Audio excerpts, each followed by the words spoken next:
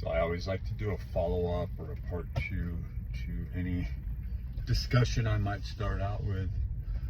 And I began today with, why do you think that you even understand consciousness, or that consciousness is something that you own? It's part and parcel to people thinking that they can own a slave, or that they are somehow supreme to another human being, but even more so that they are in control of technology, right? So labor works in a very similar way, and the labor's market, sociology, the fact that we are perishable, we live in a perishable technocratic society, and Head to your pickup at 10120 Bruceville Road. it is undeniable that we are perishable products that are under heavy scrutiny of expiry, and that what do we dream of? We dream of, like, our dreams are esoteric. To infer that the esoteric even exists, even in partiality, is an imaginary Turn right. it's an imaginary illusion. We live Using the left lane, make a U-turn to stay on Elk Grove Boulevard. So the religion, science of the masses, partial transliteration and transcription of codified information, that is what religion is. That is what spirituality is. And I think the scariest thing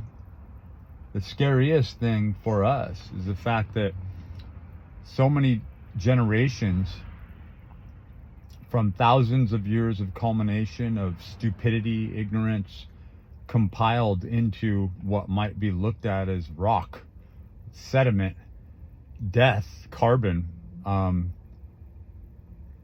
is now fully revealed in getting whatever you want and becoming the docile, spoiled, inept creature that is man now. That the motivation for work and toil and labor was, in fact, chasing after our own ignorance, so to speak. Like, that we wanted to transcend, we wanted to become more intellectual, and in doing so, we unveiled a very dark truth that we no longer want to look at every day in the mirror, in our kids, in the world we live in. And that is invariably and inevitably the most dystopic aspect to living life is the fact that again, we are under constant expiry, that we are extremely perishable. Just ahead, turn right on Bruceville Road. But using more the so, right lane. that whatever we deemed as important an expression to Turn right on Bruceville generation, Road. following generations, that had no bearing, no value, and that you don't even have bearing and value because you are not even an individual. How can you compartmentalize consciousness? So the idea that you're God, the idea that there is a God, the idea that proletariat is not AI robotic unit or structure in expiry, I don't think we'd even be able to fathom. I don't think that we are fashioned to or designed to be able to think outside that scope. And I think that I wrote about this years ago, and I've written about this 4 years since, up on esotericprinciplesoflife.blogspot.com, and it has to do with the you could call it the shadow self and all that, but it's actually what I would deem it more so as is the bad robot syndrome, where you would have people if you want to call them people, we call each other people. We bring humanity to humanity, right?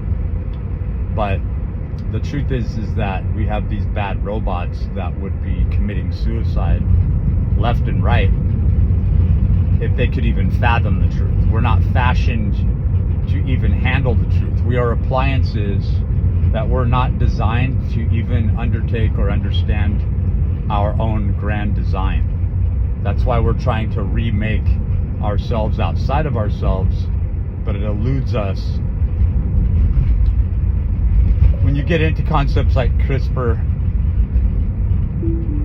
the re-engineering, the remaking of who we are, what we are, you'd have to go into the substrates of why carbon, you know, why these 6 other, you know, gas exchanges are occurring here. Why uracil, you know, why these 14 main elements that are produced in starbirth, why are they used in such a way? Why the proximal exact distances of, you know, lunar activity and pull on the currency and the moods, right? It's to bring us to this sort of catharsis where we go in this samsara loop, and invariably the only thing left is suicide. And I'm not preaching suicide. I'm telling you that it is part of the grand design of how these bad robots, us, were put together and fashioned in the first place. Is that we would meet our own ends invariably when we realize the stark nature, the stark reality of the fact that we are either going to be in service of a master slave, Turn you know, right, when we get then into the turn master left. morality and the slave morality, that we're faced with that all day, every day, constantly.